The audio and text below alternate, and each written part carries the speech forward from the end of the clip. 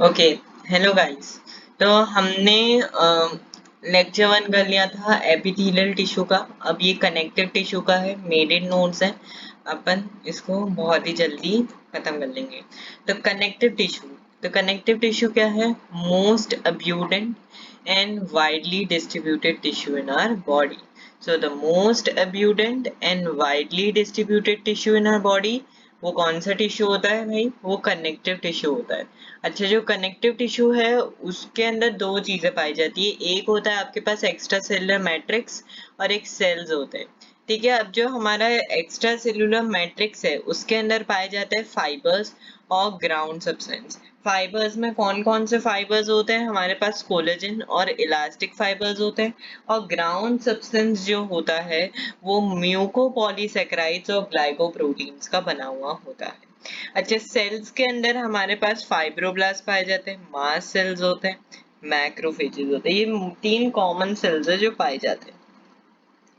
अगर मैं यहाँ बात करूँ टाइप्स ऑफ कनेक्टिव टिश्यू की, तो तीन टाइप्स होता है कनेक्टिव टिश्यू के। एक होता है हमारे पास लूज कनेक्टिव टिश्यू, एक होता है डेंस कनेक्टिव टिश्यू और एक होता है specialised connective tissue.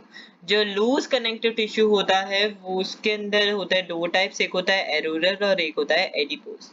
Dense connective tissue के अंदर होता है दो टाइप्स, एक होता है डेंस रेगुलर कनेक्टिव टिश्यू और एक होता है डेंस इरेगुलर कनेक्टिव टिश्यू।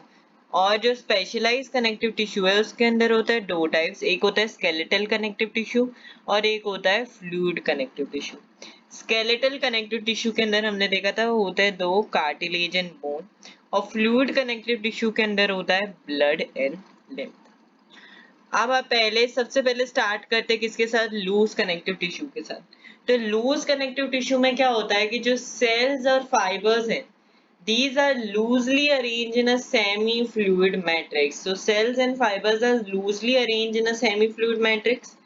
अच्छा, जो लूज कनेक्टिव टिश्यू जैसे मैंने इसके बताया दो टाइप्स होते हैं, एक होता है आपके पास एरोरल और एक होता है एडिपोज। तो एरोरल कनेक्टिव टिश्यू की बात करते हैं।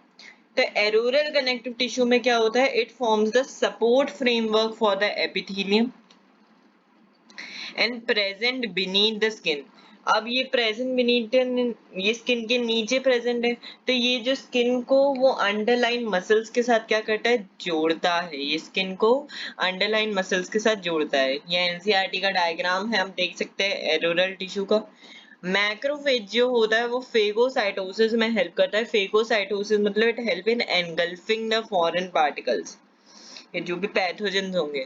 ठीक है, फाइब्रोब्लास्ट क्या करता है? Secrete the fibres and the ground substance. NEET में पूछा गया है।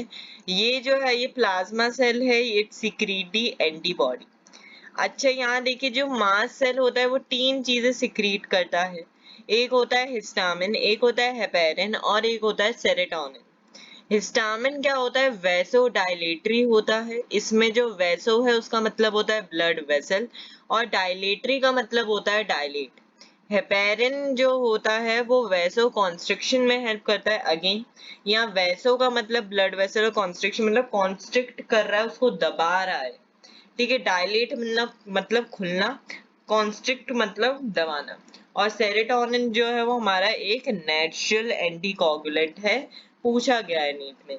अच्छा देखो, जो दो टाइप के जैसे मैंने बताया कनेक्टिव टिश्यू में फाइबर्स पाए जाते हैं, एक होता है कोलेजन, एक इलास्टिक होता है। कभी कभी रेक्टिकुलर फाइबर्स भी देखने को मिलते हैं और रेक्टिकुलर फाइबर्स का मैंने लेक्चर 1 एपिथेलियल टिश्यूज में आपको बता दिया था।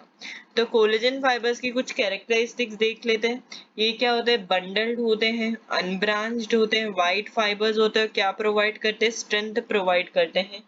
इलास्टिक फाइबर्स क्या होते हैं? सिंगल होते हैं, ब्रांच्ड होते हैं, येलो फाइबर्स होते हैं और ये इलास्टिसिटी प्रोवाइड करते हैं। तो ये पूरा हमारा था किसके बारे में? एरोरल कनेक्टिव टिश्यू के बारे में। अब आते हैं अपन एडिपोज कनेक्टिव टिश्यू पे। तो एडिपोज टिश्यू के अंदर एक स्पेशलाइज सेल्स होते हैं जिनको हम बोलते हैं एडिपोसाइट सेल्स। अब आप ये फिगर में देख सकते हैं, अगर आप ये फिगर को ध्यान से देखें तो ये जो सेल है ये आपका कोई कौन सा दूसरा सेल नहीं है, एडिपोसाइट सेल ही है। तो एडिपोसाइट क्या होता है? एक फैट फिल्ड सेल होता है और जो बॉडी के अंदर जो एक्स्ट्रा न्यूट्रिएंट्स होते हैं जिनका कोई यूज नहीं है या जिसको हम इमीडिएटली यूज नहीं कर रहे हैं, वो इन एडिपोसाइट सेल्स के अंदर आके फैट्स के अंदर कन्वर्ट होके स्टोर हो जाता है। तो excess of nutrients are stored here.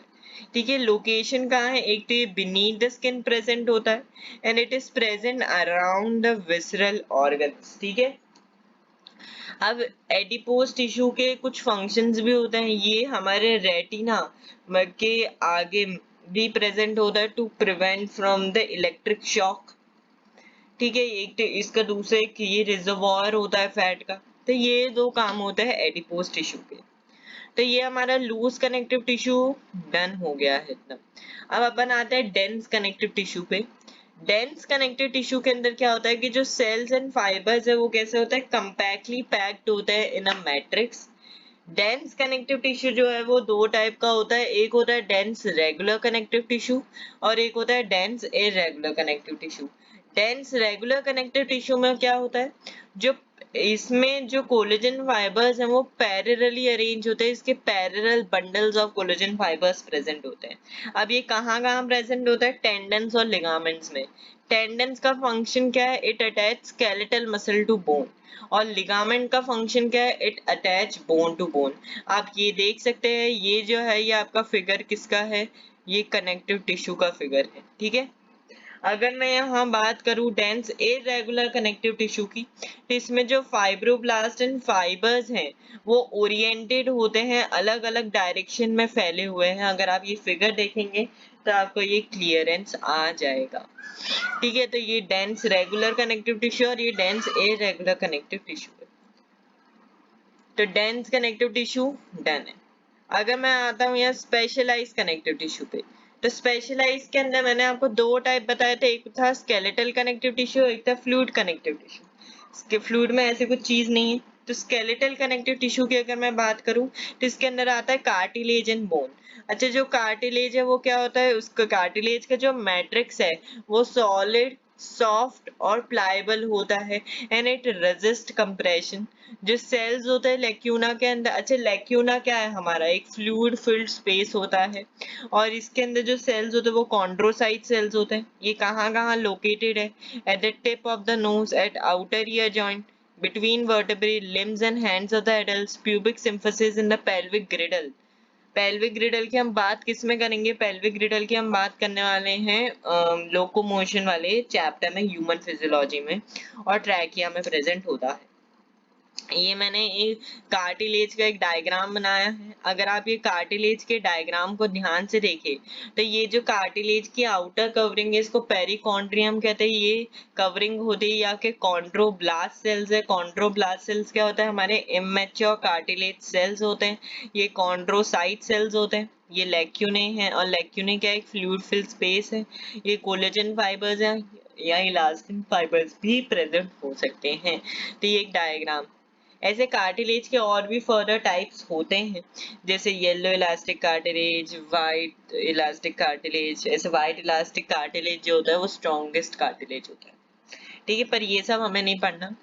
ठीक है, ये सब को पढ़ के कुछ नहीं होगा।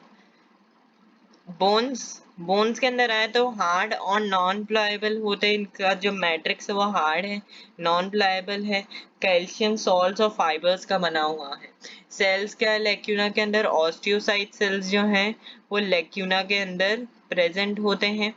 ठीक है, लोकेशन कहाँ है? एंड फंक्शन कंस्टिट्यूट, ऐसे तो पूरी बॉडी में ही बोन्स लोकेटेड है। Constitute the main structural framework, interact with the skeletal muscle to bring movement. ठीक है, bone marrow and some bones are the site of the production of RBCs. ये मैंने कुछ पॉइंट्स लिखे। Calcium salts and collagen fibres and ground substance provide strength to bone and lacunae are the small cavities enclosing the cells within the matrix secreted by them। अगर आप ये देखें तो मैंने यहाँ एक बोन का उसका डायग्राम बनाया है। तो ये देखिए, जो बोन की आउटर कवरिंग है, डेंस आउटर, उसको पेरिओस्टियम कहते हैं। ये ऑस्टियोब्लास्ट सेल, ऑस्टियोब्लास्ट सेल जैसे कॉन्ड्रोब्लास्ट सेल्स कहते हैं इमेच्योर कार्टिलेज सेल्स थे, तो उसी तरीके से जो ऑस्टियोब्लास्ट सेल्स है वो इमेच्योर बोन सेल्स हैं। ये आप देख सकते हैं ऑस्टियोसाइट्स है एक वन लैक्यूना के अंदर, ये लैक्यूना है, और ये हार्वेशन कैनाल है। हार्वेशन कैनाल के अंदर आर्टरी वेन नर्व्स भी हो सकती है। और ये बात बिल्कुल अच्छे से याद रखनी है कि जो दो हार्वेशन कैनाल्स होती हैं वो एक वॉक्समैन कैनाल से क्या होती है, जुड़ी हुई होती है। ठीक है, अगर मैं यहाँ बात करूँ बोन मैरो, तो बोन मैरो जो है वो दो टाइप की होती है, एक होती है रेड बोन मैरो, एक होती है येलो बोन मैरो।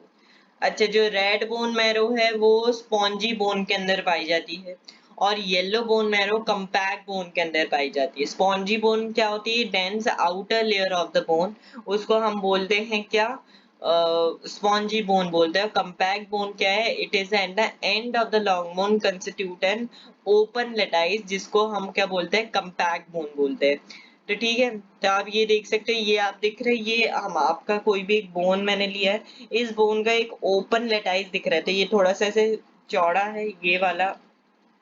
अगर आप ये वाला पार्ट ध्यान से देखो, ये थोड़ा सा ओपन पार्ट है, तो इसके अंदर हमारा येलो बोन मैरो प्रेजेंट है, और बाकी के साइड आपका क्या है, रेड बोन मैरो प्रेजेंट है। तो ठीक है, ये हमारा किसके बारे में, बोन के बारे में हो गया। ठीक है, अब अपन आते हैं लास्ट पार्ट पे, कार्टिलेज के, that is your fluid connective tissue. तो फ्लूइड के अंदर ब्लड लिम्ब दोनों आते हैं, पर लिम्ब हम किसके अंदर बनते हैं, पढ़ते हैं बॉडी फ्लूइड्स एंड सर्कुलेशन के अंदर, जब हम ह्यूमन फिजियोलॉजी करेंगे तब उसके अंदर करेंगे। तो जो ब्लड है वो हमारा मेन सर्कुलेटिंग फ्लूइड होता है, that help in transport of the various substances, and it composed of the RBC, WBC and platelet. Fibroblast fibres जो है ब्लड के अंदर क्या होते हैं, एब्सेंट होते हैं। अच्छा, एक और बात बोन की ये होती है कि जो बोन है उसमें इनऑर्गेनिक कंटेंट ज्यादा होता है as compare to the organic content.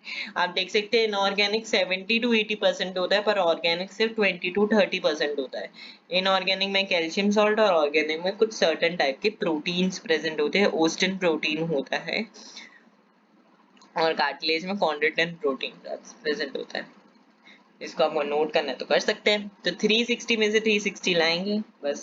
ये आपका कनेक्टिव टिश्यू आज का लेक्चर इसी तरीके से खत्म होता है। मैं नोट्स भी, और ये याद रख रहे हैं, इसको हमें रेगुलरली इसको रिवाइज करते रहना है, वरना भूल सकते हो, भूलना नहीं है कोई भी चीज।